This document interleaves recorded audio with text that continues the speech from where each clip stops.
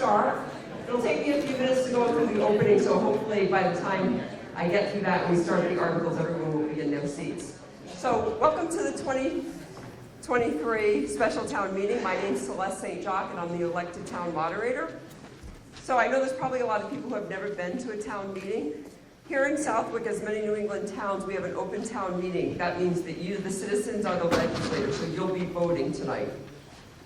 So we're meeting here in the high school auditorium, and I also want to point out the fire exits to the rear and to the sides. So how do we do this? We follow a couple of things. We follow town meeting time. Town meeting time, which is put out by the Massachusetts Moderators Association, and this is one of the guidelines we follow. We also follow Massachusetts general laws, and we follow our town bylaws. I'm going to talk really quickly about how we're going to vote.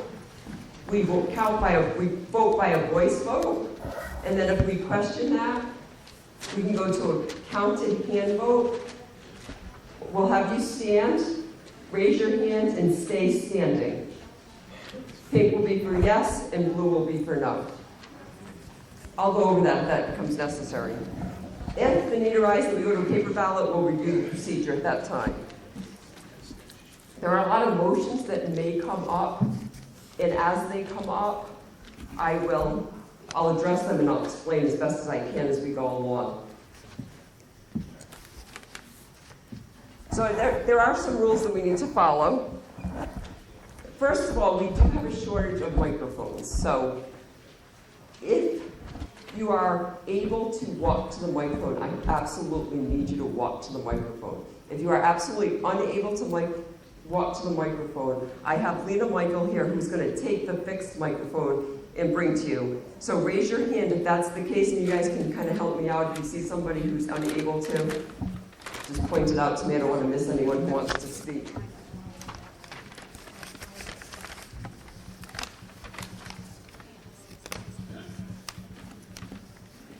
Make sure any questions when you come up, when I ask for questions and comments, are directly at me, the moderator. We don't want a lot of back and forth going. Your questions directed to me, and I will direct them to where they need to go. You're allowed to speak for 2 minutes when you come to the microphone, then to return to your seat. If for any reason I ask you to return to your seat because of maybe some comments are not related to the article. So what I really want to say is your comments on each article should be only related to that article, and they should only be related to exactly what that article is addressing.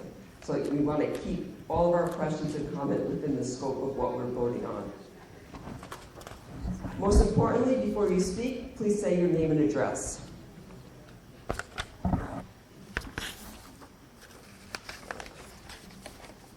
So once again, I just want to reiterate that there is a decorum in town meeting time that I follow. And if you ever have any questions after or before a town meeting, you can please, my email address is on the town website, and you can absolutely send me an email and we can talk. No cell phones. If you need to take a call, please go out into the hallway. Make sure your phone is on silent. And also, no recording. Ken is doing a recording. Ken is wonderful. He's been with us with Channel 15. And he'll be doing the recording, which will be posted online. So now I want to introduce the people that are up here on the stage with us. We have Carl Steinhardt, our Chief Administrative Officer, Nadine Signoni, our Assistant CAO, Diane Gale, the Clerk of the Select Board, Jason Perrone, the Vice Chair of the Select Board, Doug Vogelin, the Chairman of the Select Board, Ben Coyle, our Town Attorney, our incoming Town Clerk, Jess Menzone, and Michelle Hill, our current Town Clerk. In the back, we have our finance, our town accountant, Laura Fletcher, the assistant town accountant, Melissa Bridges. To my other side, we have the finance committee, Chairman Joe Didi, Paul Connolly, Dave Methy, Dr. Richard Zalowski, Karen DeMayo, Sherry Knowlton, and Robert Horacek. Alita De Maria is not with us tonight.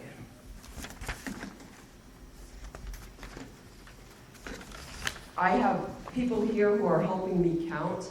They will be our hand counters. I have Rob Stevenson, Marcy Shaw, Kristen Andrade, and Keith Deo. And I just want to point out that I believe this is the first time we've used female counters, so thank you all for coming out and help. I really appreciate it. Okay, we're going to get started. I want to first start with a moment of silence. We have some citizens who have passed in the past year. Giles Dagno, Fire Commissioner. John Andrews, Graves Officer. Joan Hagan, a teacher at Southwick Tolland Granville Regional School District and a member of the Housing Authority. Peg Smith, a CAO volunteer, and Lieutenant Robert Laughlin. And I'd like to take a moment of silence for all U.S. servicemen and women. Now I'd like to ask our Chief Administrative Officer, who will be his last town meeting with us, Carl Steinhardt, to lead us in the Pledge of Allegiance. Will you please stand for the pledge? I pledge allegiance to the flag of the United States of America and to the republic which stands one nation under God, indivisible, with liberty and justice for all.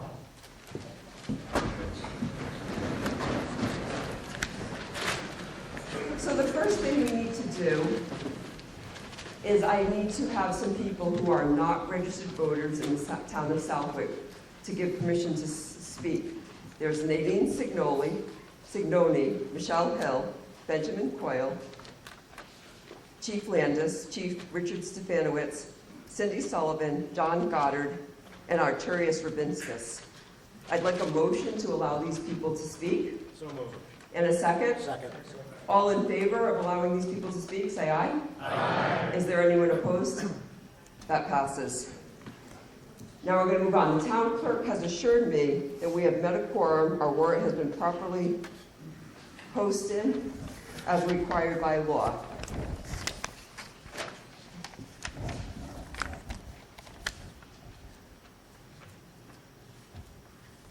Madam Moderator, I move that we dispense with reading of the warrant in its entirety and act on each article individually.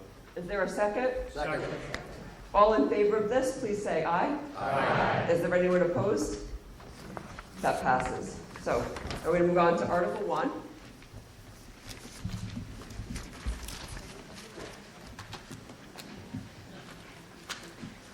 One thing I did forget to mention, if anyone was not at the town meeting in May and has attended town meetings, I'm not going to be reading the articles verbatim. I did a slideshow presentation.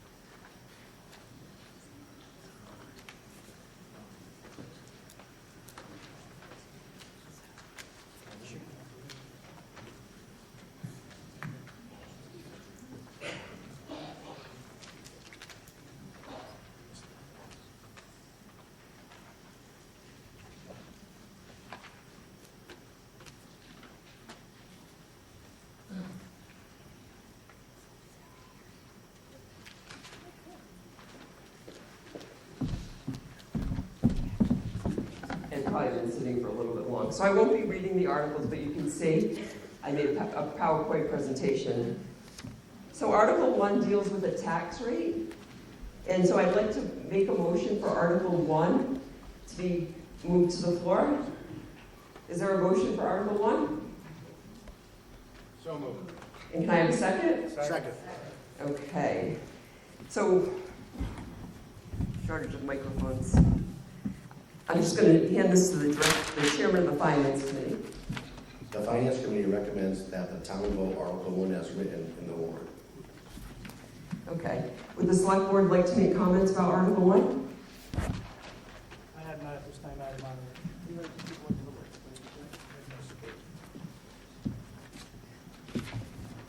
It's working? For those of you who were weren't here at the annual town meeting. There was a general bylaw that was voted to change the marijuana cannabis retail sales. That was passed at the annual town meeting. To make this continue to go forward. Excuse me, I take that back, I'm sorry. This one actually only is addressing the ability to tax the cannabis at a 3%, anything up to a 3% excise tax that the town can put on the cannabis. This allows us to have, sorry folks. Okay, we'll do it verbatim. Massachusetts allows the municipality to adopt a local option sales tax on the retail sales of marijuana for adult use up to 3%. The Department of Revenue collects the additional tax at the same time it collects state taxes on the retail sales of recreational marijuana. The collected funds are then sent back to the town on a quarterly basis, and those funds do go into the general budget. Thank you. I'm now going to open this up to questions and comments. So any questions you have or comments, would you like to please go up to the microphone?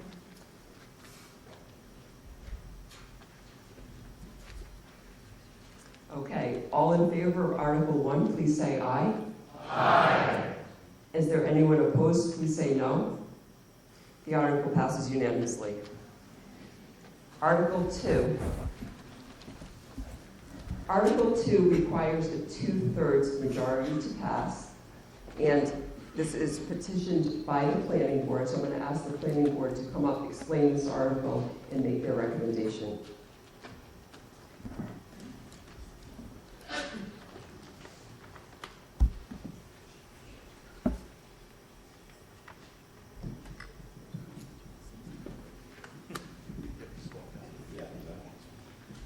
Can everybody hear me? Okay. My name is Mike Doherty, 16 Westman Circle. I am the chair of the planning board. So Article 2 simply carries through the actions taken in the spring meeting, where there was a general bylaw which prohibited retail sales of marijuana. In the spring meeting, that was voted by a substantial amount to rescind that bylaw. This is the planning board side, the zoning side of it. It is simply removing the prohibition on retail marijuana sales from the zoning bylaws. And you're recommending that this article passes? Yeah, sorry. And the planning board is recommending that this article passes. Thank you. Would anyone like to come up for questions and comments regarding this article?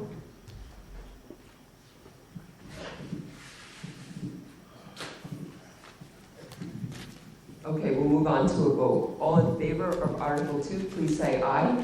Aye. Is there anyone opposed? Please say no. No. The article passes.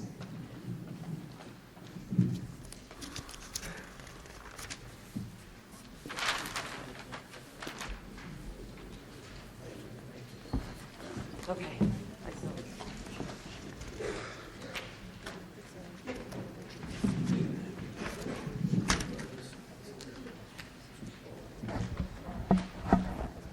So Article 3 is also from the planning board,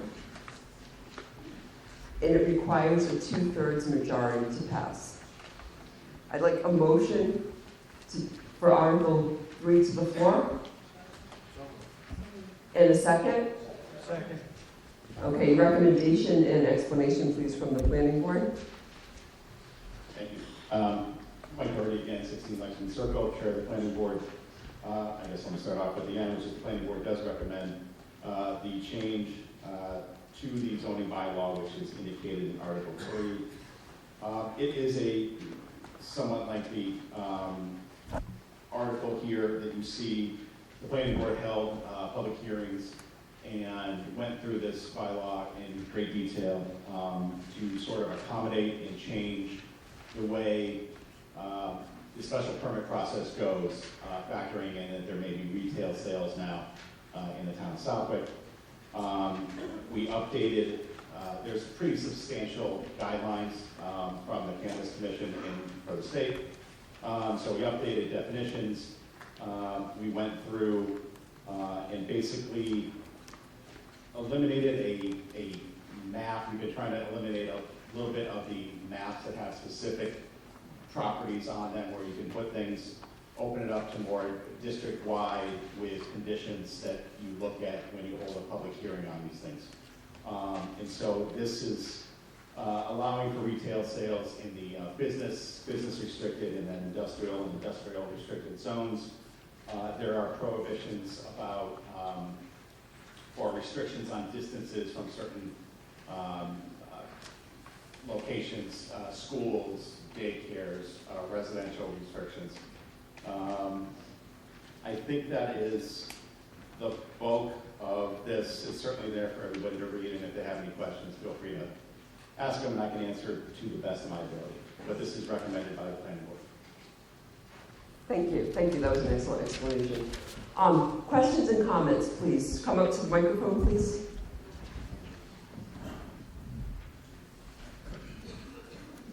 Good evening, James German, 188 Berkshire Ave. I'd like to make an amendment to Article 3, Section G, Paragraph 3, please. I have it in writing. Okay, great. Do you want to bring it up to me? Do you want to take a look at it?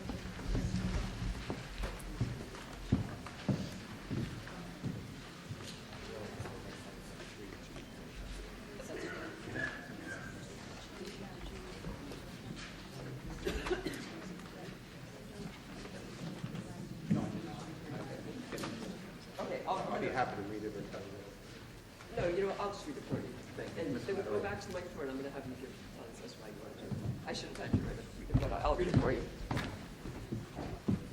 So the amendment is that no medical marijuana treatment center, marijuana retailer, or marijuana establishment shall be located with 150 feet of any dwelling to be measured in a straight line from the nearest points to each storefront. So he has made a motion for that, and we would need a second.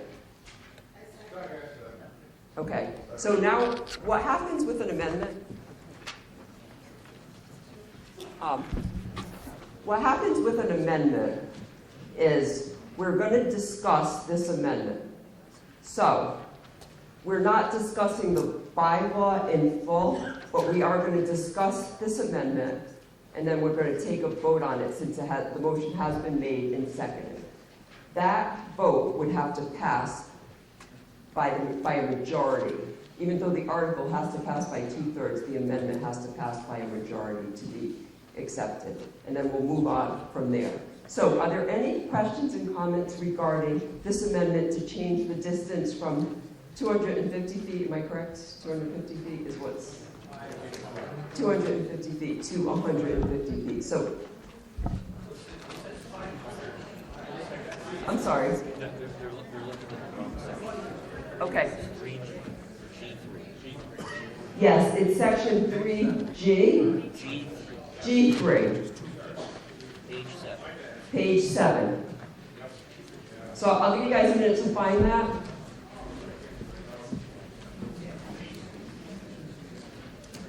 So if anyone has any questions or comments, please feel free to come forward.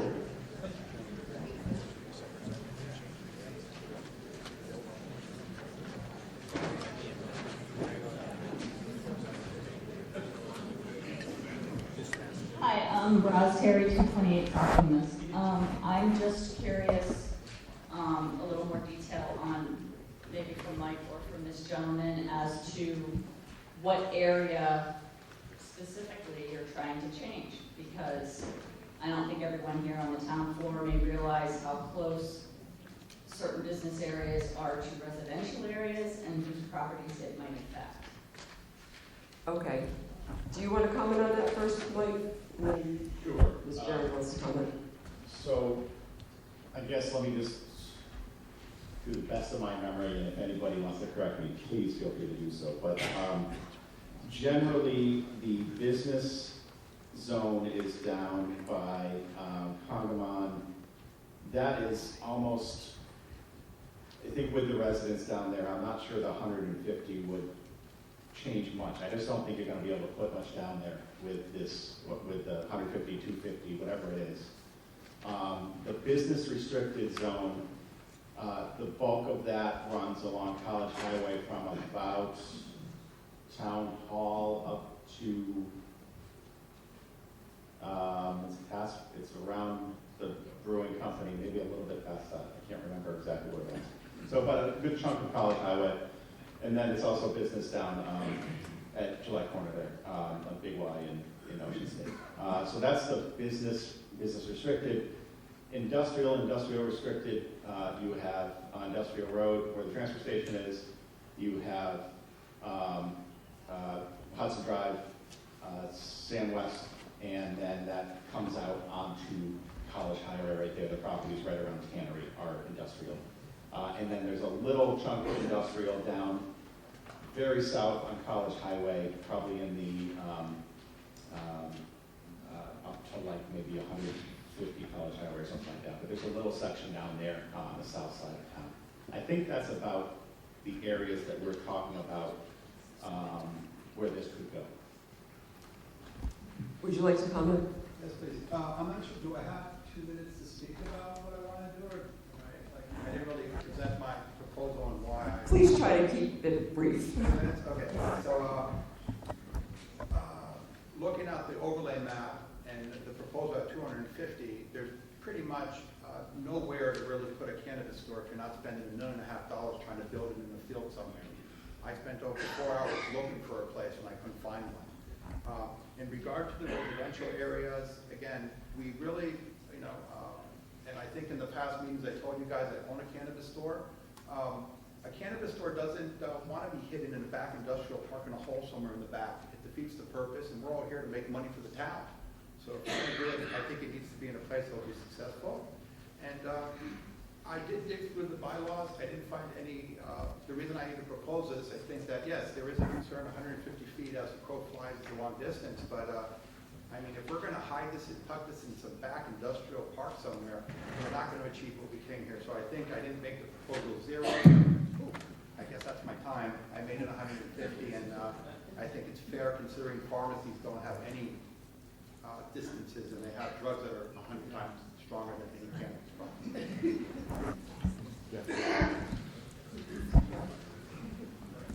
Okay.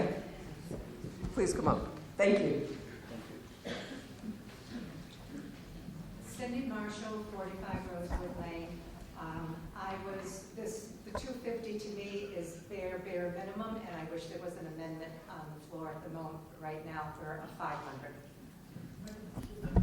Thank you. Is there any other comments? Please come forward.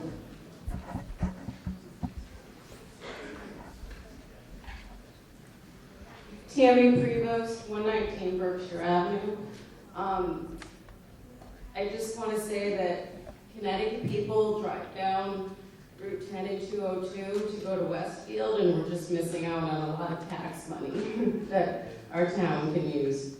I heard they're getting rid of special ed teachers and all kinds of crazy stuff, and no sports, and, help the sports, whatever, more tax for the town.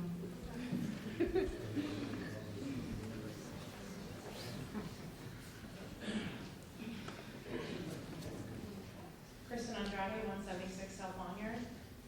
In Westfield, they have 2 facilities, and they're both in the industrial area. And I think they do pretty well. And I think we could do the same. I don't think it's the look we want in the downtown, in the middle of our town. It's just my opinion. Thank you. If I may respond to that?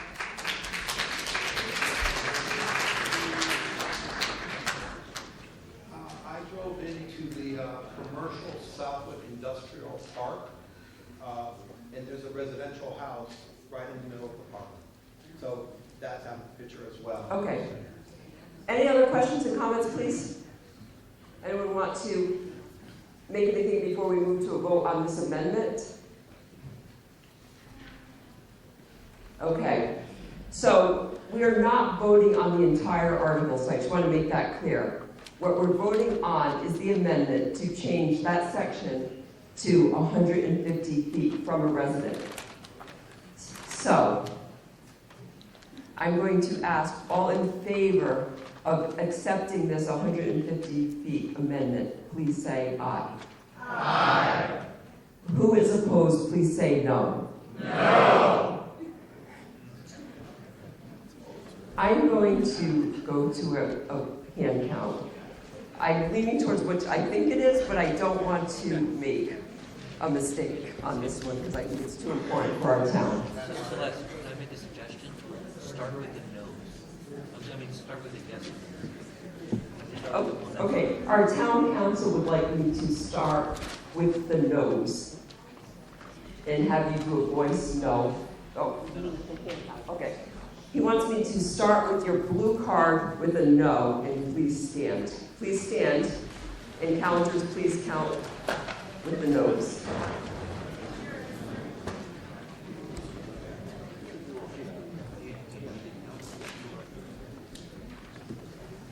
We're making a decision, and I think you will all agree, if anyone objects, you can say after this, that it's pretty obvious that we're a no to this amendment. Is there any objection to that? Okay, so that amendment is going to fail, so I'm going to have you just return to your seat. Thank you, Ben Coyle, that was an excellent idea. Makes it move a little faster. Okay, so now we're going to move on with the actual article that has to pass by 2/3. So I'm going to ask for any other comments and questions to please come to the microphone.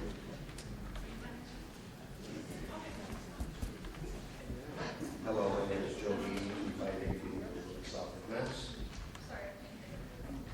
My name is Joe Beatty, 258 Feeding Hills Road, Southwick, Mass.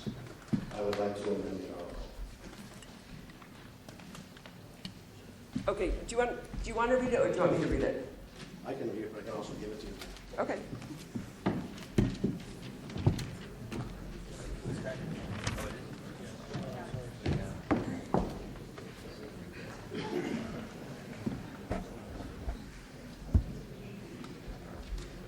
So folks, we're talking about the same exact article that was in front of us, number 3. I would like So, to...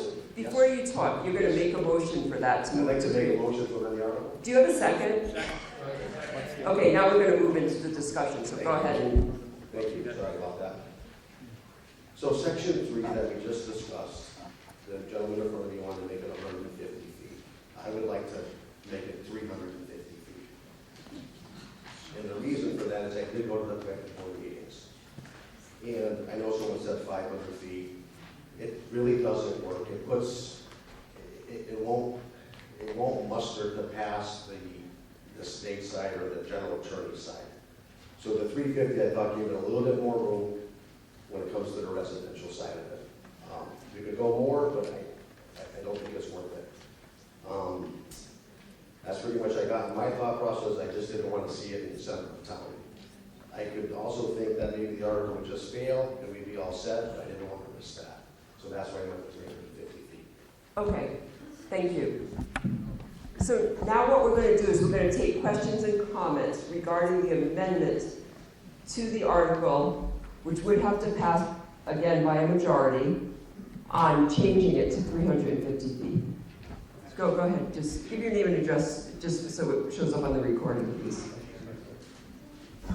James Jern, 28 Berkshire Ave. One of the things I keep on hearing here, it keeps on saying residential. It's not from a residential, it's from a residential dwelling.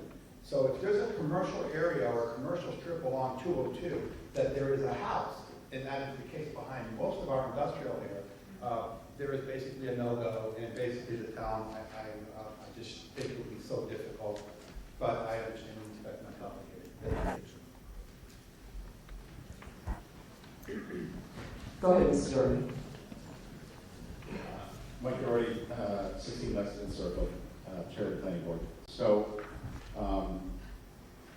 Joe always likes to change it up a little bit. So I calculated for 500. I don't have 350 off the top of my head.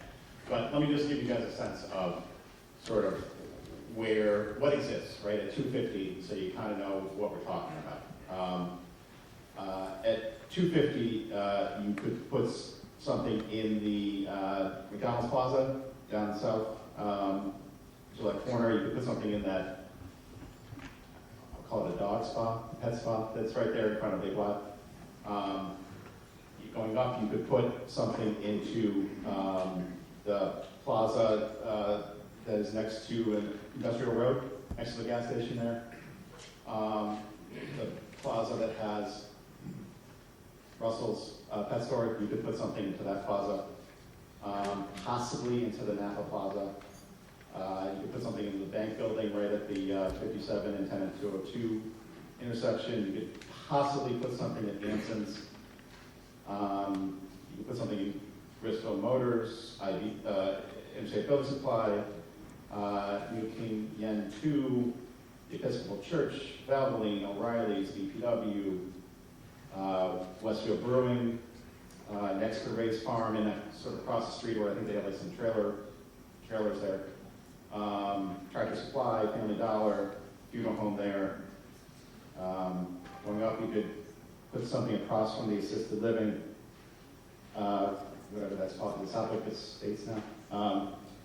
You could use just south of that, there's a property that's undeveloped, and then just south of Winfield. That's at 250, okay? You also would be able to put it on about 13 properties on Sam West at 250. Now, I can tell you what happens at 500. 350, I think a lot of Sam West is out at 350 because there's a lot of residences that sort of got Sam West. And so I think that at 500, all but maybe 1 or 2 properties on Sam West is out. I think 350 takes out most of those. 350 is going to take out definitely that Napa Plaza. It's definitely going to take out Anson's. I'm trying to think if there was anything else I can tell from this 350 versus 500. But at 500, there's really only 6 properties, I believe, that are left for this, other than on Hudson Road or Hudson Drive. There are 6 properties on College Highway where this could go at 500. So I think 350 takes away a lot of those as well. At 250, you probably have between 20 and 30 properties that could be developed along College Highway. Plus you have Sam West, and you have you still have a lot on Sam West, and you still have Hudson Drive. Okay. Are there any other questions and comments? Marcus Phelps, 28 Depot Street. I've also looked at this using the town GIS, using the 250 and the 500. The 350 is also going to be too restrictive, 350 feet from a dwelling. In Southwick, we have a lot of residential dwellings or other types of dwellings that are within the business districts, the industrial zone also, and the business restricted, which is basically the town center. So 350 is going to really reduce the number of places, lots that are available, and I believe it will be too restrictive and exclusionary. Thank you. Are there any other comments, please, on this? Dory Boyd, 44 Buckview Road. Can we just have the actual amendment read before we vote on it? We can reread the amendment, yes. I don't think he ever read it. He just Okay, talked about it. that's fine. Go ahead, would you please just, Mr. Didi, would you read the amendment? No medical marijuana treatment center, no medical marijuana treatment center, marijuana retailer, or marijuana establishment shall abut or be located within, and I've changed it to 350 feet of any dwelling to be measured in a straight line from the nearest points on each building or storefront. Thank you. Go ahead, sir. Hi, my name is Stefan Kadecki. I'm at 304 South Longyear. The question I have is, what are the regulations for liquor stores and liquor establishments? I feel like you should just mirror that. Do you want to take that, Mr. Doherty? Well, I can tell you that I don't think there is any requirements other than being in a proper zone, right? So in the business restricted, industrial restricted, with a permit, you can open up a liquor store. I don't, there's no issue with that. And you know, it is worth mentioning. I think it's a good point, and in part because the guidelines that the Cannabis Commission puts out, throughout them, they talk in many sections of the guidelines that you cannot treat cannabis establishments any different than you treat alcohol establishments. And so, you know, when they're talking about signs, when they're talking about a lot of things that go into setting up these establishments, you can't treat them different than you would treat alcohol. That's in the guidelines, and, you know, I do, you know, I think you have to respect that. I don't know if it is a complete, you have to treat them exactly on every single aspect, but that is certainly the sense you get from reading those guidelines, is that those should be treated the same in that respect. Okay, thank you. Are there any questions regarding the amendment, please? Yes, go ahead. About the amendment? It's similar to this. Bob Pulver, 92 North Long Yard Road. I think it kind of shows from us awarding the 250 feet, the way we feel here. I'm all for the 350 or even the 500 feet. I think it wouldn't hurt to move it up to 350 feet anyways. I think there's a time, there's a place for these places, and I don't think it's within a residential area. Thank you. Either Roz, if you want to come talk with one behind you, you can go next. For, in general. In this town of Southwick, we have a restriction on the number of, is it just bars or is it distributors? I just don't remember. There's licenses, there's 28. Is that for anything that has anything to do with liquor? I don't remember. I think that's right. Is that right? I think that's right. I can't remember, but I think, I can't remember. You can't remember.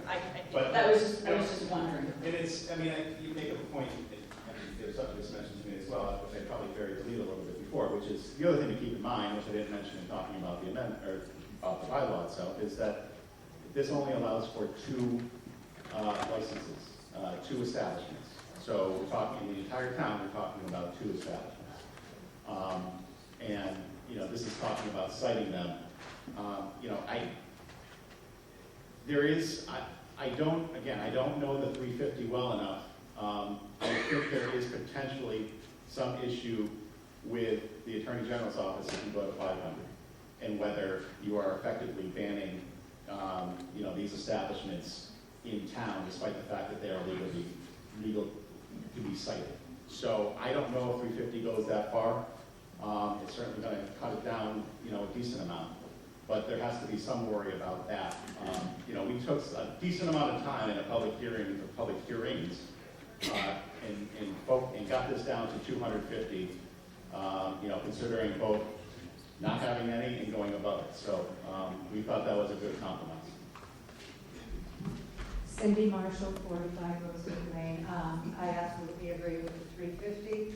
The 250, Mr. Doherty, I believe, said along the College Highway corridor, there would be 20, 22 or whatever spots. And on the 250. Potentially, but I mean, you're talking about places that already have ongoing businesses on them. Right, at 250.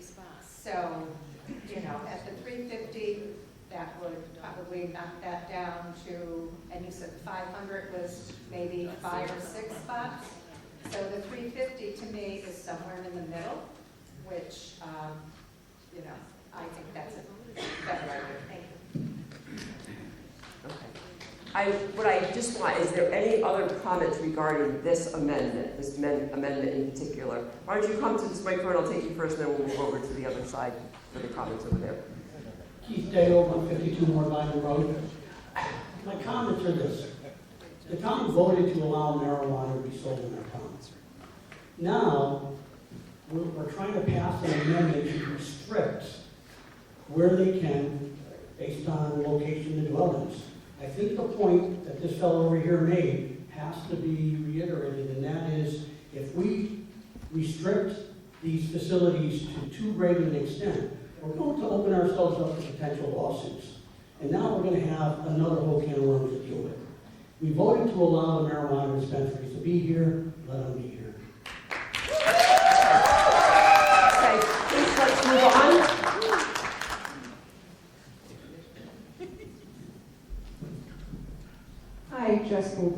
13 Starrett Drive. Mike, I know you don't have it broken out with the 350 marker, but as I was reading the exclusions, it's residential, but it's also things that impact our kids. And you had mentioned the McDonald's Plaza as being allowable within the 250. With a caveat, there's an approved daycare, sorry, thank you. There's a caveat to that in that there's an approved daycare permit over behind the CVS. That would eliminate that entire area if that actually came to fruition. So I can't remember how far along, they have a couple of years to act on that. Okay, I just wanted to make a comment that there's a dance studio in that plaza as well, with children who walk to McDonald's. Can I just, I kind of want to finish the amendment, and I think what you're bringing up is not necessarily a part of this amendment, but I think this is you have a valid comment that you can make when we move to the next section. I was making a comment around the 350. If the 350 would eliminate that zone, that's what I was trying to get at. Okay. But if you want to come up once we finish the amendment, because that would address the other parts of the article. Thank you. Madam Moderator? Madam Moderator? I'd like to speak. Oh, yes, go ahead. Jason Crone, 1 Nova, Steve Krause. The gentleman that just stood up and referenced the possible liability that we face. There have been several towns that have faced this type of liability. The state regulations state that if we make this overly restrictive from a zoning standpoint, diversity, equity, inclusion, social standpoint, as well as a financial standpoint, like Mr. Chair stated, if we make it to the point where someone has to come in and buy a large commercial tract of land or a tract of land that's industrial that is overly restrictive financially, especially with the diversity, equity, inclusion push today, there has to be a plan in place for that aspect of it as well. If we lock people out, we are going to face, more than likely, some legal ramifications from this. And I brought this forward last meeting when I got on this board to bring revenue into this town. I completely understand where all of you are coming from. The 250, it's tough. Even at 250, it's tough. 350, that's going to be tough. We have such a limited commercial district in this town that I know we already have places that we could put it, but again, the comment was made about large tracts of land in the commercial industrial area with the residents that's in there. I understand where everyone's coming from, but we're going to open ourselves up to some liability. I wish there was some other way around this. I personally am not for the 350. I'm going to be for the 250 that the planning board set forward. This is still going to be their purview. The way the planning board is going to work this is if whatever amendment passes, when it comes in front of them, this is still going to have to go through them. That's going to involve public hearings with a special permit, and they are going to have you folks that are in whatever residences or neighborhoods that this might come forward, or be near your neighborhoods, are going to have every opportunity to speak out against it or for it or whatever. I really wish there was, as I said last year, I want to work with everybody on this, but 250 feet doesn't work. Thank you, madam. I'm not ready. Sir, go ahead. John Wilson, 116 Berkshire Ave. I think the previous couple speakers have kind of covered what I was going to say. I think the 250 is restrictive enough. I think that James's motion for 150 was a little bit more reasonable, where 350 is just knocks everything off the table, and it doesn't make any sense. I mean, we all voted on this. We voted on it in a ballot election. We voted on it here at the town hall or here at a town meeting. And we voted yes. So let's move ahead. Let's start generating some revenue from cannabis, like all the other towns around us are doing. I mean, it makes perfect sense. Every budget is tight, and this would help things in the town, I think. We buy beer at the gas station or wine but we can't, we've got to be, Okay. 350 feet away from I the think, cannabis store. so, okay, so I think we get your point. Just make sure your comments about the amendment, please. Tammy Greenbones, 119 Berkshire Avenue.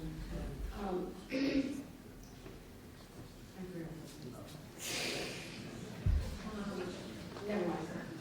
Okay, Mr. Putnam, would you, Jim Putnam, 5 Rising Corner Road. I move the question, Madam Moderator. do you have a second? Second. Okay, so I just want to clarify exactly what we're voting on that needs to pass by a majority, a simple majority. We're voting on the 350 feet amendment. So, all in favor of the 350 feet amendment, please say aye. Aye. All opposed, please say no. No. Okay, I'm just going to do what we did last time, and I'm just going to ask the noes to stand up and hold up their cards, and we're going to take a visual.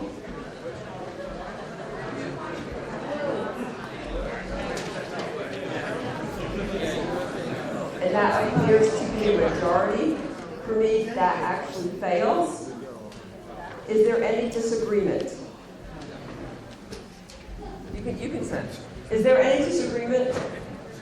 Okay, so the 350 fails. So now we are back, what we are back to is we're back to Article 3, which we made a motion in second, and it requires a 2/3 majority. So now I want questions and comments regarding the entire article on any additional statements that have to do with this article.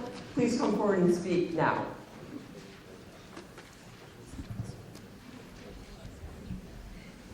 Joe D, 258 Meeting Hills Road, Southwick, Mass. I guess this is to the planning board or to Mr. Perot.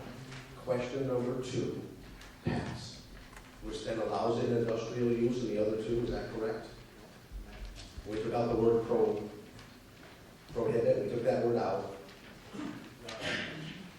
What happened to that question? Now, is it allowed in the industrial use after question 2 was passed? It's allowed in the overlay, the existing map, the overlay district, which includes, I think, the industrial. Understood, sir. So we have a place for marijuana retail as of question 2 passing, correct? We have,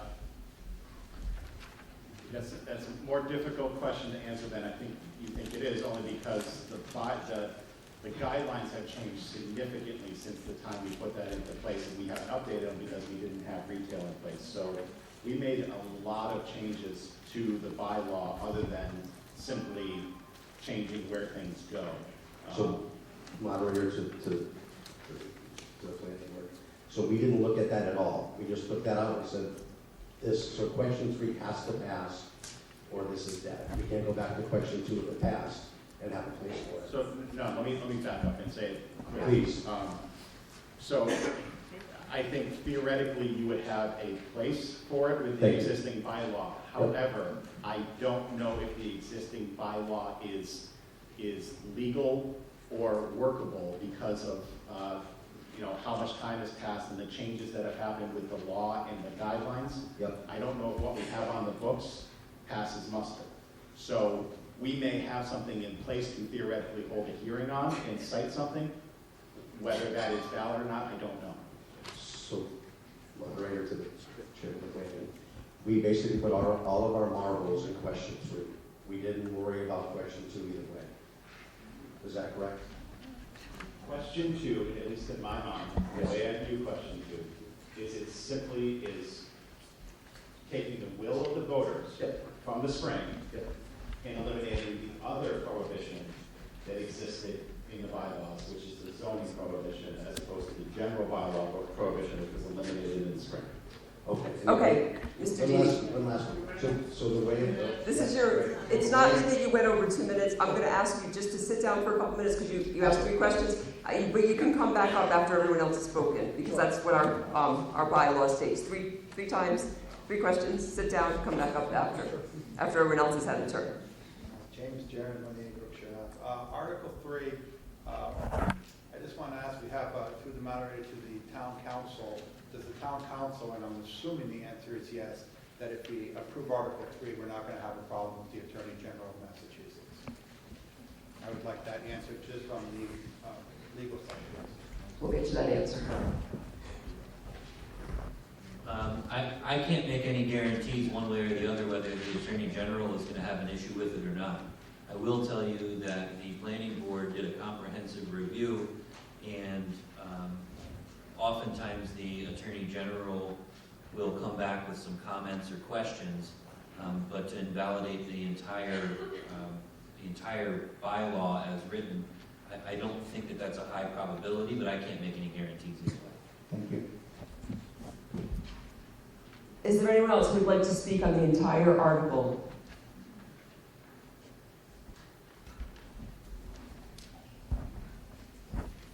Marcus Phelps, 28 Depot Street. I was a member of the planning board when the original marijuana bylaw was enacted. And the reason that we had the overlay map on the industrial zone is that was for marijuana production. We were not allowed to do retail sales because of the vote of the residents of Southwick.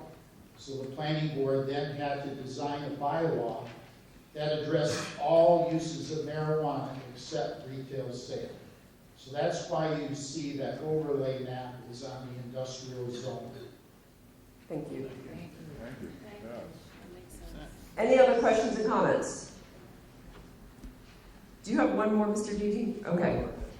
So now we're going to go to a vote, and we're voting on the bylaw as originally stated. It's in your hands, and that's what we're going to be voting on, and that requires a 2/3 majority.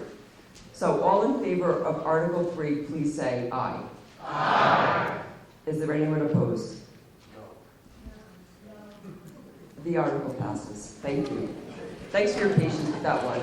We're going to take a 2-minute break.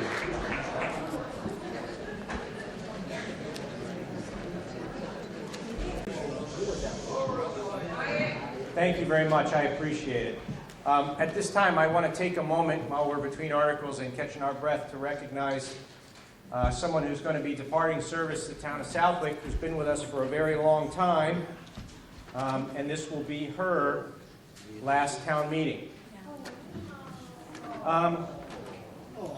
This person, town meeting, when town meeting is put on, it's like the Super Bowl in town hall. They got a lot of moving parts to put together to make sure the warrant is correctly put together, and then that it's posted and legally done correctly, and confer with council and deal with the lousy select board to make sure everything's right. And this young lady's done this for how many years? 17 and a half. 18 years almost. So I know she didn't want us to do this, so we absolutely had to. So I want to present this certificate. So on behalf of myself and Carl, Diane, Jason, we'd like to present this certificate of appreciation to Michelle L. Hill for 18 years of dedicated service to the town of Southwick from 2006 till 2023. By the way, that's why we're having this town meeting. We wanted to get one more in for Michelle and Carl. This certificate acknowledges you, Michelle Hill, on behalf of the townspeople and recognizes you as a dedicated public servant in the treasurer-collector-clerk role, which, by the way, Southwick is the last remaining town in the Commonwealth that has that position of treasurer-collector-clerk, who address the problems and needs of our citizens through your commitment to our town. Additionally, your service on other professional boards and associations and the Hampden County Regional Retirement Board is a testament to your sincere interest in making Southwick a better place to live. The Select Board thanks you for your continuous and valued contributions to the town of Southwick. That's signed by myself, Doug Moglin, Jason Perrone, and Diane Gale, and it's dated December 12th, which will be her official last day. Michelle, thank you.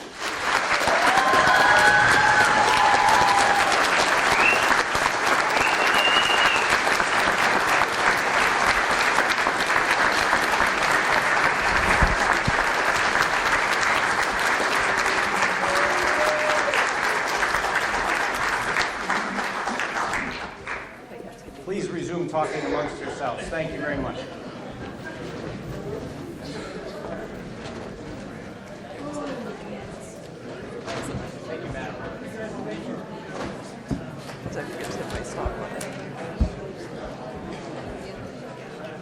Okay.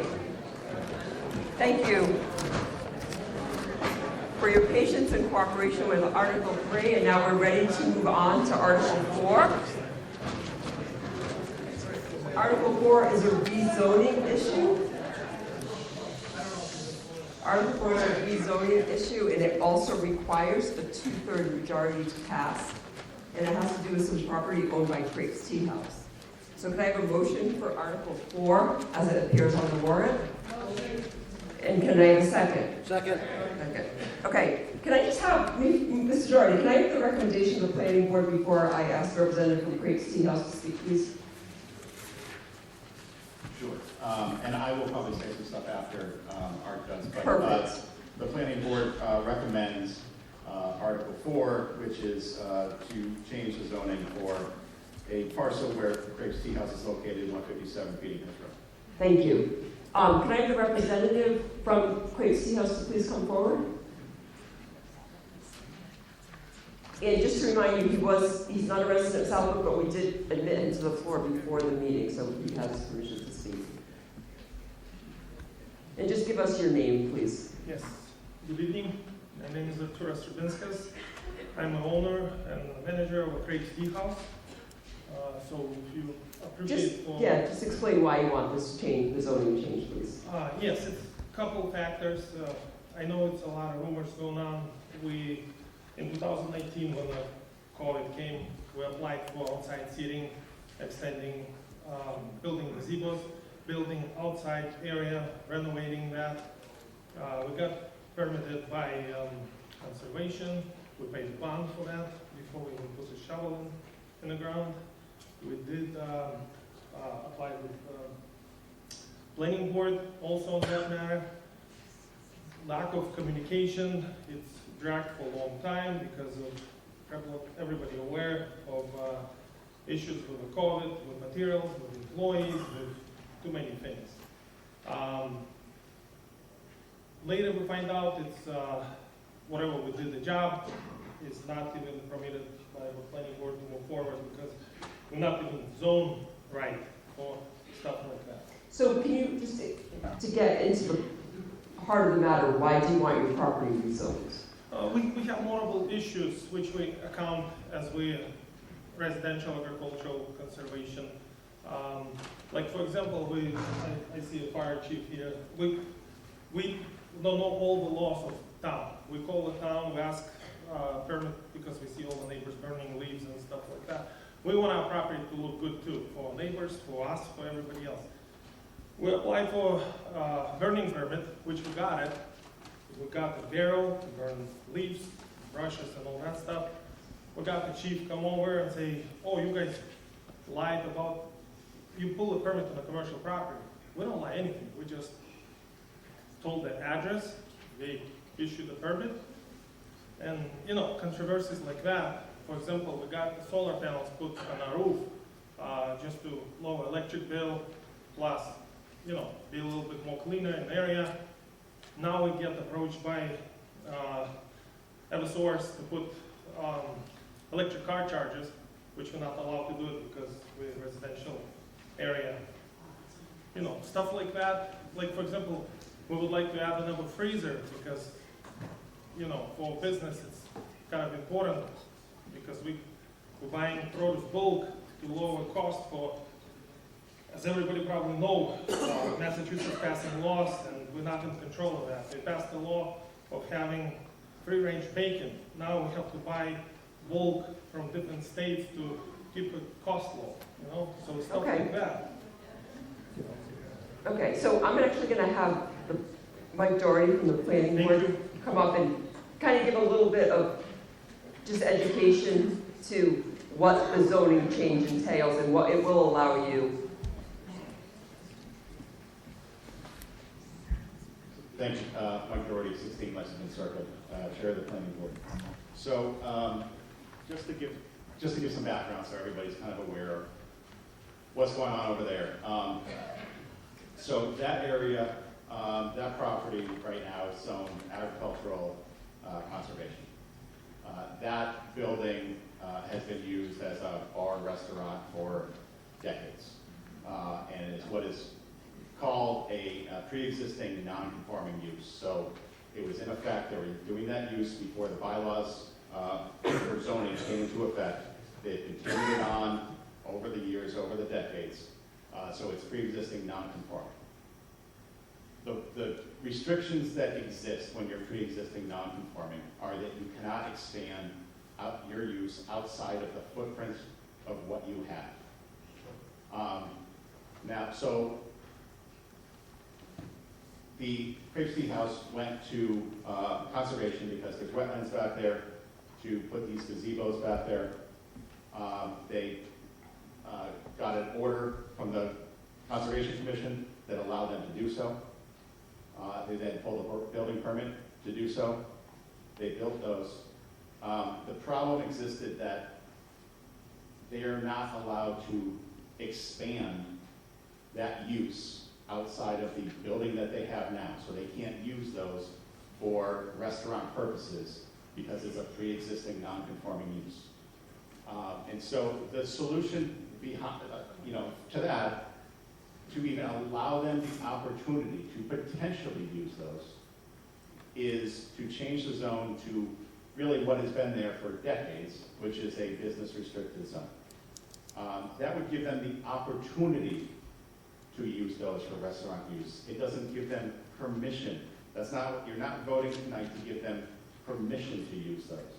They would then still have to come back to the planning board, get a special permit that allows them to use those. We would hold public hearings on that. One of the major issues that I see is parking. That's an issue over there, and it's one of the things that the planning board deals with a lot, so we deal with that. But you're not granting them permission to use those. You're granting them the opportunity to do things that other businesses in business restricted zone can do if they come and get a permit. The other thing to keep in mind is we're not the only board that's dealing with this. I told you before that the Conservation Commission issued an order. They have, I don't know the best word for this, but essentially sort of reopened it or looking at it again, and they've held discussions with the owner.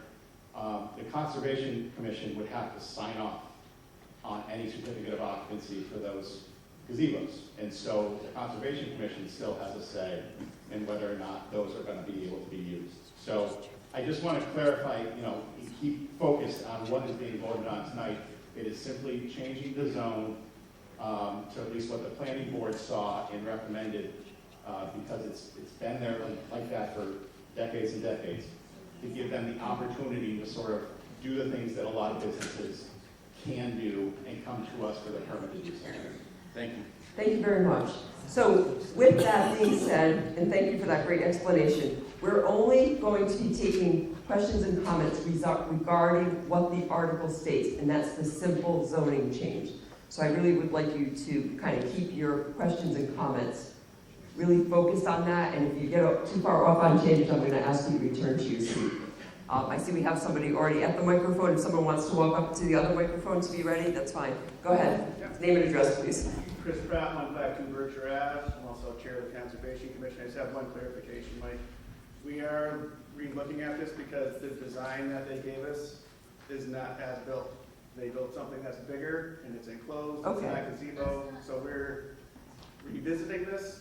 They have to make it ADA compliant, which will also take up some part of the floodplain.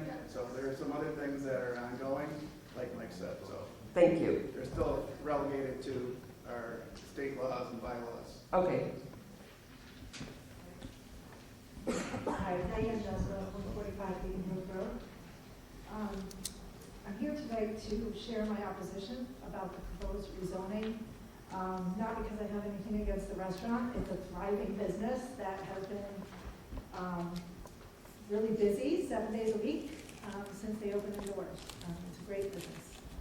What I do have issue is that this is solely for his gain. It's not for the gain of the community. It's not for the gain of the neighbors. It's not for the gain of the people that abut the property. It's solely for his gain only. We don't know what's going to happen with this property in another 5 or 10 years from now. We're stuck with that rezoning.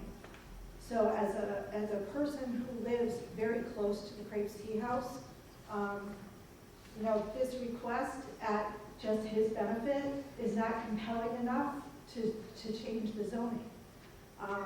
You know, all of these decisions affect us as neighbors. It affects our property value. It affects the integrity of our neighborhood. It affects everything about our community, our neighborhood. So I just want to say that I am not in favor of this zoning change.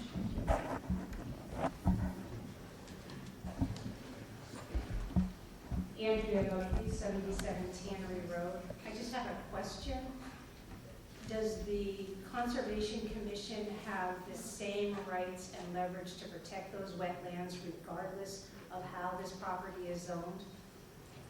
I'm going to ask Chris Pratt if he can take this question, and you might want to repeat it. Just, I'm trying to stay away from the conservation, but that seems to be a valid question. And I tried to address this a little bit before, but yes, they are still relegated to following the regulations and bylaws from the state as far as protecting the wetlands and the floodplain. Thank you. Okay, Mr. List. Bill List, 80 Claus Anderson Road. I could go for 2 hours on this, but okay. First of 2 all, minutes. the use is, as we all know, agricultural conservation. Conservation because the Great Brook runs right through the property, relegating wetlands and floodplains to more than half the property. To your point, you said there was approval, which I don't know how that got approved. Okay, let's not, accusations, let's just keep that to a minimum, okay? That's a question for the town. But you approved it, and you said now it's outside the bounds of your approval. No, I didn't. I said it is within the bounds. You said it's enclosed, it wasn't what they presented. It was larger, and it's enclosed now. That was done incorrectly, correct. So that's a cease and desist and should not be Okay, continued. Mr. List, the attorney and I both agree that your comments are not related to the zoning of this property. So the zoning says, only structures, facilities, buildings that were in place when the AC zoning took effect are able to continue. That's the main building in the front, as a restaurant/bar. Okay. Nothing else, the additional seating or those other buildings should be allowed on that property. Am I incorrect in that statement? No. I'm just going to jump in here. The comments in this forum at town meeting must deal solely with the request that's before the town, and that's for a zone change. Zoning enforcement and other avenues that you may have relative to what's going on, this is not the appropriate forum for it. I'm not for this zone change. Thank you. Thank you very much. Thank you. Michelle, Madam Moderator to the Planning Board. Mike, I was interested in what kinds of businesses could go in business restricted. I'm sorry, I'm just not really sure about that. So, like to the point of if Crepes isn't there any longer, what would we have to worry about maybe going in there?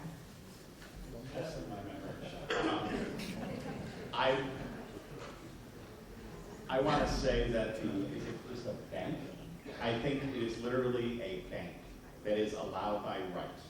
The rest are done by special permit. So everything would have to come in front of us for a special permit if it is a different kind of business in that area.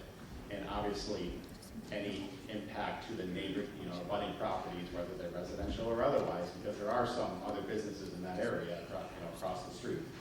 But any impact to those properties will be taken into account in a public hearing.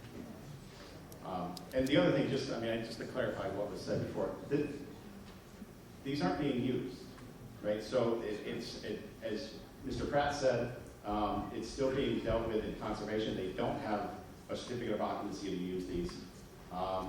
They don't have the permission from conservation. They don't have the permission from the planning board to use these at this point in time.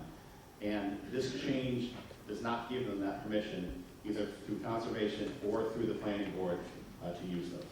And Chris can certainly correct me if I'm wrong. I don't want to speak for conservation, but that's my understanding of where things stand. Okay, so let's just keep our focus on the zoning change, please. Yeah, mine's February 92 North Library Road. I don't know if this is a cover-up or what, but I'll tell you what, whether it's the planning board or the building department or the conservation, I'll tell you what, I own land alongside a brook, and I hope you're ready to give me a permit very soon, because this is not right. I've been building since 1954. I just started last year, and the day that foundation went in, I called the town official and told him it was wrong. You can't build by a brook. And why Okay, they that allowed, I has don't to know. do, that. Take them for a Okay. look, get them out of there. Okay. Zoning, please, let's focus on zoning, or we're gonna, does anyone have anything to say about the zoning? The zoning.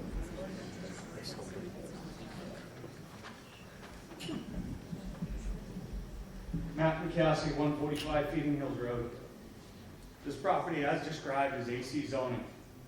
It's granted as pre-existing non-conforming, which predates zoning. The approval doesn't allow them to change, extend, or modify their footprint in any way. To the question of zoning, there was a roof added to over a deck at one time. That was a modification. So I don't know how we've gotten to this point, because now we're adding buildings. Okay, so you're kind of being a little accusatory, so just maybe No, you could I'm just... stating the fact that a roof was put over a porch. That's changing your footprint. That's It's addition. not, this is not appropriate. Maybe you could just give us your opinion on what you want on the zoning, and then return to your seat. Please join me in a vote to say no, protecting the surrounding wetlands, neighbors, and keeping the business operating inside its original footprint. Thank you. Thank you.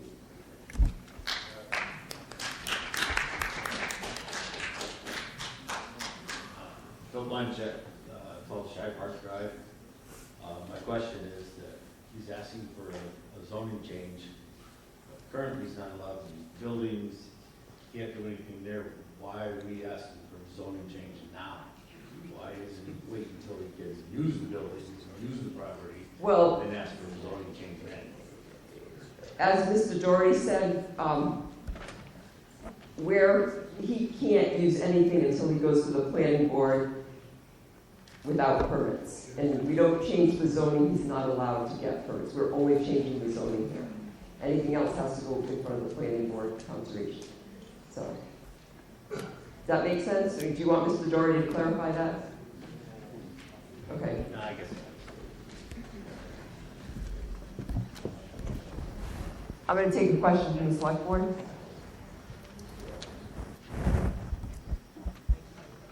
For clarification, my question is, if it is zoned BR, is the installation of an EV charging station with lithium-ion batteries by right, or would that need a special permit?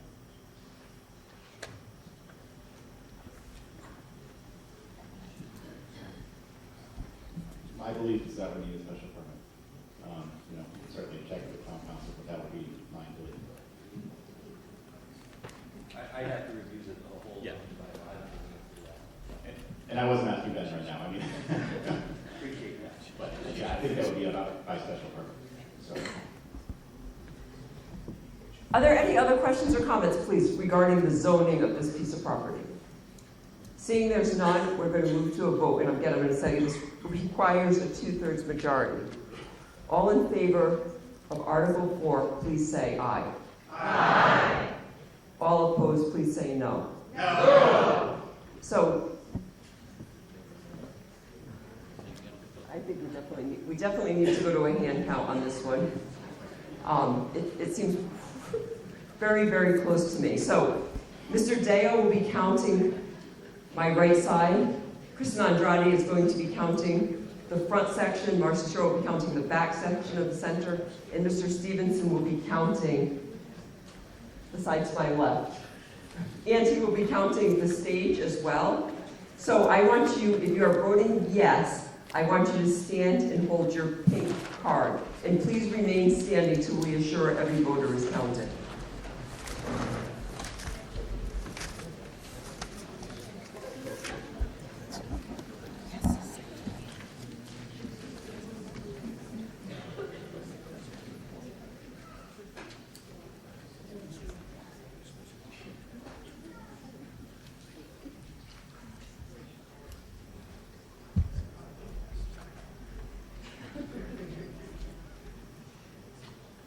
Do you want to give me your number?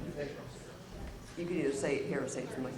32 in the front center. 32 to what, the left? Mr. Dale, how many? 25. 34 for the center back. And Mr. Stevenson? Already got it. Oh. Okay. Now, for the nose, I'd like you to please stand and remain standing and count the blue. Hold your blue card up. Counters will be counting the same sections they just counted.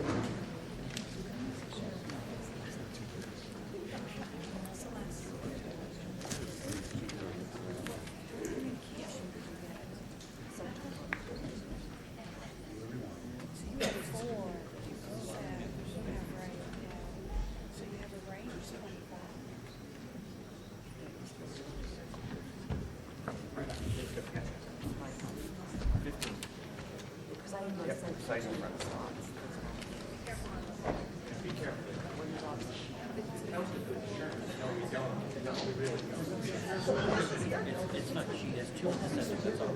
Those two in the center front of the center. We'll have to put that in the market. Unless it's real bad, then we're beneficial.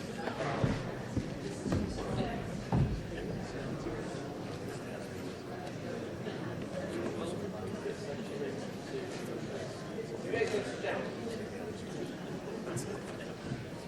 I don't know about you guys, I was in charge of the center. Yes, they got all the votes, so you can just give us a second to do the calculations since these are 2/3.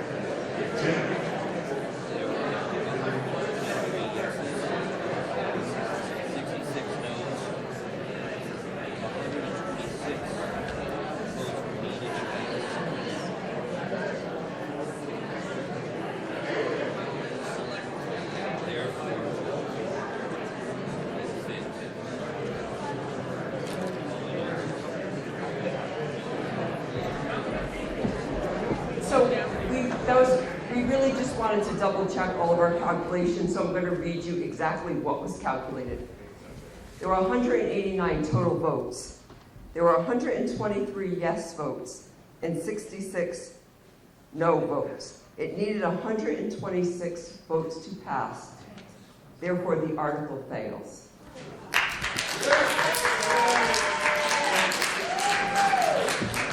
Now we're going to move on to Article 5. And I'd like a motion for Article 5 as it appears on the warrant. Can I have a motion for Article 5 as it appears on the warrant? And a second? So, Article 5 is requested by the Select Board. Oh, I'm sorry. I have that written wrong in my. Actually, I'm on the wrong page. See what happens to me? It's requested by the Community Preservation Committee. So I'm going to ask if the Community Preservation Chairman would like to come up and speak. I'm also going to ask if I'm going to have him speak, and if you have any financial questions, you'll go to him. You want to go ahead first, or? So Finance Committee will make his comments, and I'll have CPC. Folks, they're taking the money out of the unreserved. There's $1,354,495.51 in that account.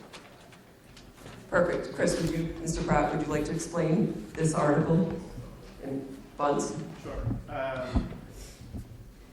We had a project come to us that fits the criteria of the Community Preservation Committee, funds that you raise through your surcharge of your taxes.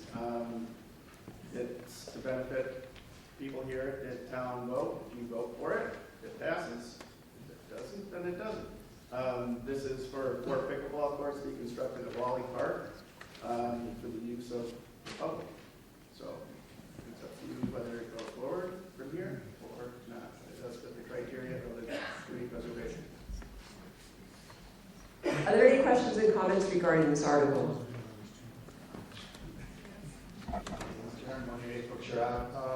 Being that this is public funding and it's over $207,000, has it gone out to bidders and public bidding and following all of Massachusetts general laws for sums of money like this that are public? And if yes, no, or like no? Mr. Pratt, take that question. Yes, this will have to go out to bid through the regulations as they're stated. Thank you for asking. Thank you. Ed Chenard from Two Meadow Lane. I'd like to propose an amendment to Article 5 to have all 6 courts put at Wally Park. And the reason for that is it's the fastest growing sport in the country. It's a community sport. I currently play in Westfield on 6 courts there that are going to be expanded to 14. Also play in Agawam. Those 3 courts are going to be expanded to 7 or 8. What happens at those 2 other locations, again, centrally located, there's a lot of fundraising that goes on, tournaments, ladder leagues, etc. And it's very much a community sport. So having 4 here and 2 here makes it a little confusing for the community to get together. I know that complicates things a little bit for you, but that's fine.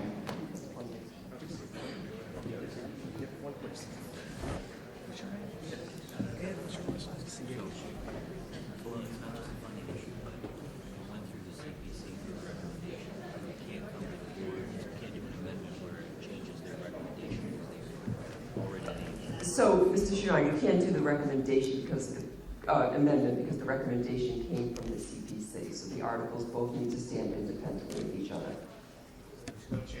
So we can't amend that one, but. Any other questions or comments for pickleball? Hi, Cindy Marshall, 45 Rosewood Lane.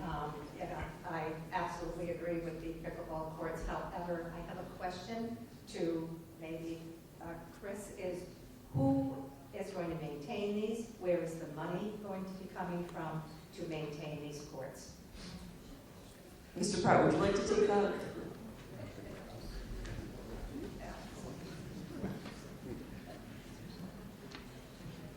Cindy Sullivan brought this forward. Is she here tonight? It'll be maintained through Park and Rec, but yes. We'll let her speak to that.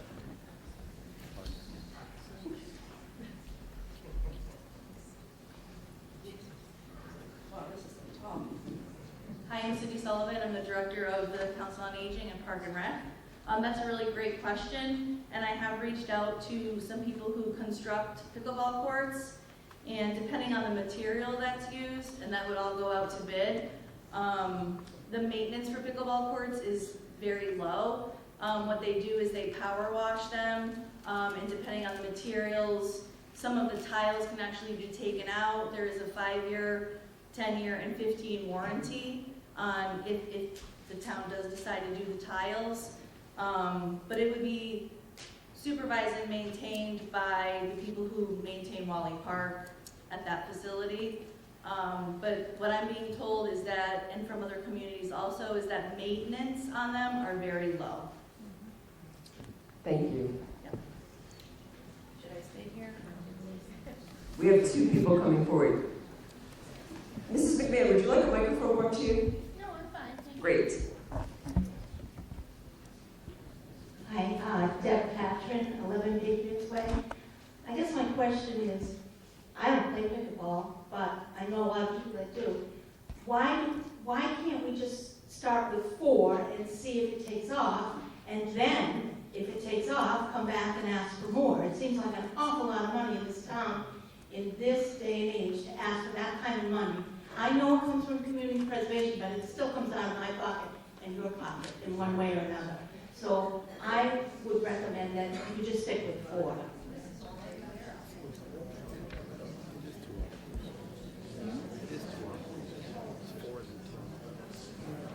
McMahon, 30 Lawrence Lane. I just have a quick question, and it's probably for Cindy. I don't play pickleball either, but I know it's very, very popular right now.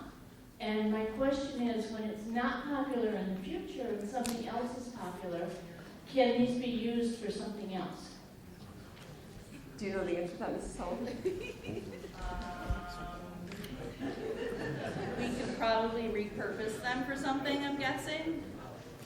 All I can say is that all of the research that I've done and the number of requests that we have received, I got multiple emails from Southwick residents to have pickleball from a variety of age groups, but I think you can repurpose pretty much anything. But I'm not the engineer on the one designing them, but pickleball is pretty popular, and all the research indicates it's going to become more popular. That's the answer that I have for that. Okay. Mr. Mobley would like to make a comment. Hi, Doug Mobley, 5 Hidden Place. And I'm sorry, I don't want to mispronounce your last name. But you make an excellent point, and I think Deb Patron also, I concur. I think this would be, let's see how this goes, and in a couple of years, let's come back to another CPC article to construct additional facilities if the need is there. This seemed like a good compromise number of units at both places based on where we expected demand to be. And I'm a full supporter of this, the fastest growing sport in the country, and to have this in our town and not have residents leave town to go play it, and to get people out to enjoy Wally Park and also the property at Prithee Park, I'm all for it. Thank you. Cheryl Sittler, 178 Granville Road. I only have one comment, and it's about the noise that is associated with pickleball. It's not like a tennis court. It's a lot of popping. I've stayed in places where there was courts right next to the apartment I was staying in. And so my question is there going to be a time when the courts are shut down? Or, and another thing is just the use of them. How are they going to be reserved? How are people going to use them without fights? So that's my question.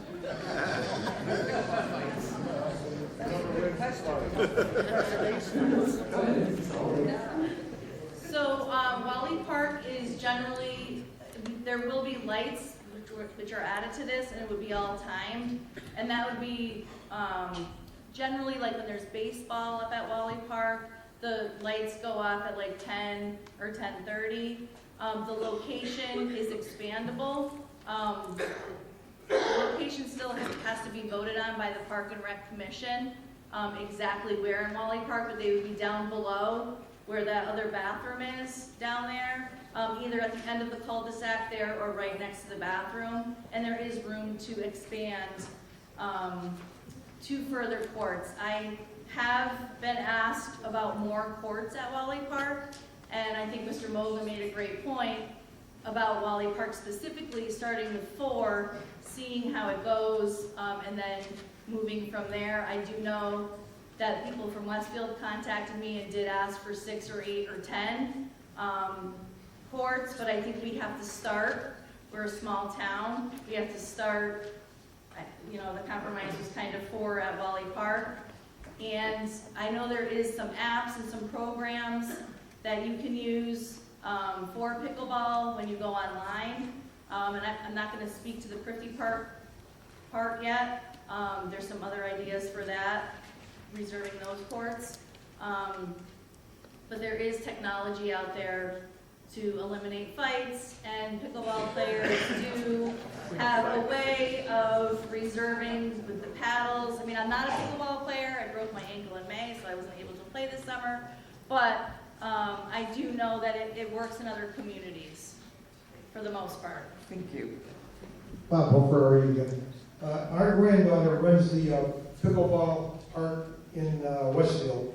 In a matter of probably 3 or 4 years, they've grown from, I might be wrong on the numbers, but at least from 8 to 12. They just got agreement to take down some of the tennis courts. They're enlarging, they're putting more pickleball courts in. It's the biggest thing going in the country right now from, I don't care if they're 12 years old, and she said there's some 70, 80-year-old people here. And it's gone great as far as running it. The girls run it themselves. They have an organization. You call online, or I don't know what it is. You do it online, and you can get your time available. And it's restricted for the simple reason that there's so many people want to go there. They have to keep it well organized. And I think in Westfield they close down possibly when the lights go off at a certain hour at night, 8, 9, 10 o'clock at night. But it's not loud. We've been to a couple of the shows over here and watched them, and it's quiet. It's a great sport. It's the biggest sport coming in the country, and I highly support it. Thank you. Anyone else? Ready to take a vote? Yes. All in favor of Article 5, please say aye. Aye. Is there anyone opposed? The article passes unanimously. Okay, thank you. We'll be playing pickleball this summer. Article 6. Can I have a motion for Article 6 as I'm here? So moved. In a second. Okay, so Article 6 is addressing pickleball again at Prifty Park, and this is also by the Community Preservation. I'm going to have the Finance Committee, and then Mr. Pratt from the CPC can give us a little.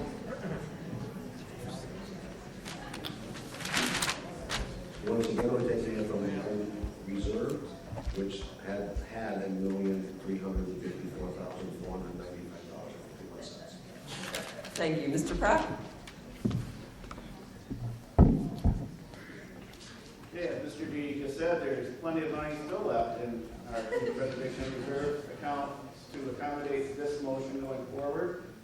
This is very similar to the other one, although I believe it's closer to the Council on Aging, which is the reason it's at this location, I believe, rather than at Wally Park. Cindy Sullivan can address that question, I believe. So. Thank you. Go ahead, Ms. Sullivan. Go ahead. Okay, so there's a lot of question as to why there's 2 locations.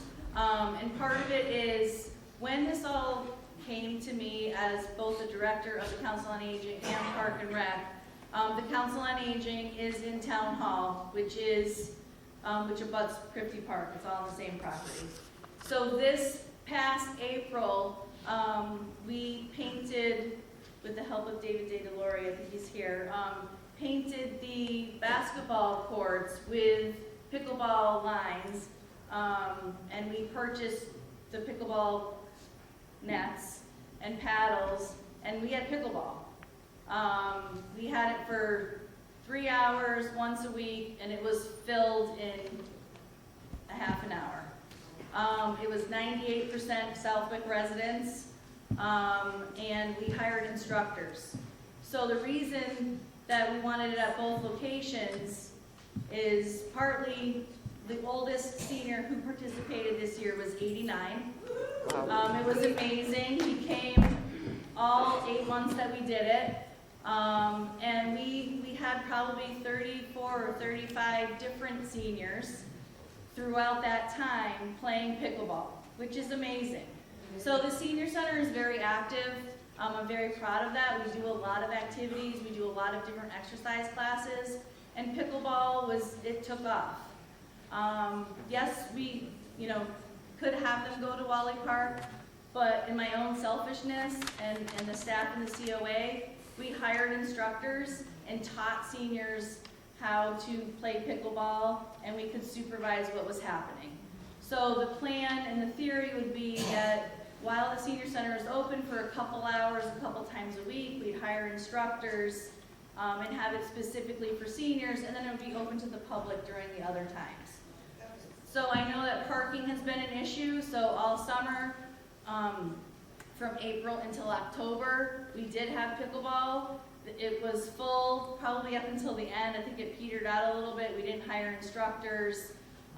It was kind of harder to play on the surface in the basketball court. We had to bring the nets out. It rained, that kind of stuff. But it was very popular. So again, I think it's a great idea and a great start to Southwick to have 4 at Wally and 2 at Prifty. And the parking yes, we need more parking at Town Hall. I think everybody knows that. I think we've talked about that for several years. But with the pickleball that's happened during the day when Town Hall was open, it seemed to work out. Because you have to remember, it's 4 people on a court at a time. Times 2 is 8 people. Then you have people waiting. So you think it's a lot of people that can play pickleball at the same time. It really isn't, so it kind of rotates in and out. Okay. So that's the thought behind that. Does anyone have any comments regarding the pickleball courts at Prifty Park? Please go ahead. Yes, Harold P. Gape, 16 Renfield Circle. I'm one of those success stories that Cindy talks about. I'm kind of a shy guy. Really, my heart's racing talking from right now. But going over to Westfield, I was interested in the sport. Going to Westfield, it's all of a sudden, there's big crowds over there, masses of people. And I didn't know the slightest thing about how to play it. I played tennis when I was a kid. But I said, how am I going to take up this sport? And the senior center was just wonderful. They made it so they offered lessons, and I think the only downside on it was the basketball court. They filled seams and cracks, so you're getting out a true bounce all the time, which you can't be playing on that court. You're going to have to have the senior center courts. They're really great and introduce more people to the sport. I'm going to take it up and continue doing it. Thanks very much. Thank you. Would anyone else like to make comments about pickleball? Yes. Okay, go ahead, Mr. Liss. Bill Lizzie and Claus Anderson. I just wanted to clarify at the 50 Park location, I guess I'll go Cindy through you. You're not intending to replace the basketball court? No. Okay. That'd be where the volleyball courts are now. Thank you. Yeah. My question was about basketball. I know you have people play there, so. Perfect. Anyone else? Okay, let's move to the vote. All in favor of this Article 6, pickleball, say aye. Aye. Is there anyone opposed? No. Are you voting no? I am. Okay. The article does pass. Okay, we're moving on to Article 7, our last article. Article 7 is requested by the Select Board, and it requires a majority vote. Would the Select Board like to speak on this article? Article 7 comes from a citizen petition that was presented at the annual town meeting this past May that sought to have a portion of the Conservation Commission elected rather than appointed by the Select Board. There was some questions from the Attorney General and Town Council at the time of the meeting regarding the format of said citizen petition. Therefore, the Select Board brought forth a warrant article to address the composition of the Conservation Commission in line with that article. which would therefore set forth that 3 persons for the Conservation Commission in the future, if special legislation is passed by our legislative delegation and signed by the governor, that 3 persons would be elected to the Conservation Commission rather than appointed to by the Select Board. And that would also call for staggered terms of 1, 2, and 3 years for the first appointment, and subsequent appointments would be, elections would be for 3 years. Thank you. Public comment and questions, please?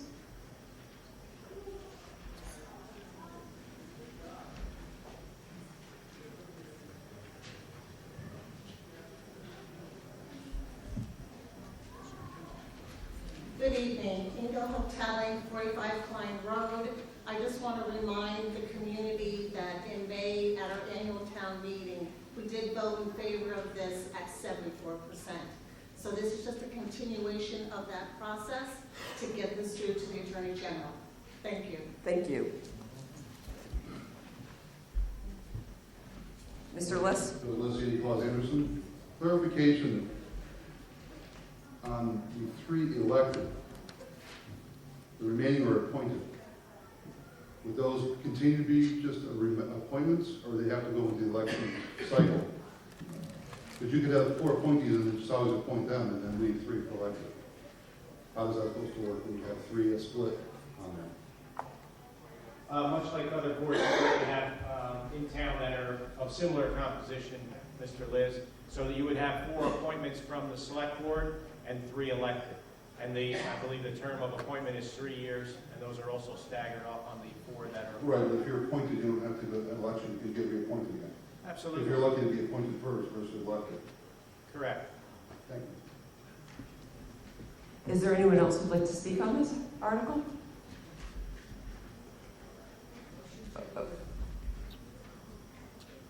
We're going to move to a vote. All in favor of Article 7, please say aye. Aye. All opposed, please say no. No. Article 7 passes. Now, one last thing, I need a motion to close the town meeting. In a second. All in favor say aye. Aye. All opposed? Thank you very much. Have a good night.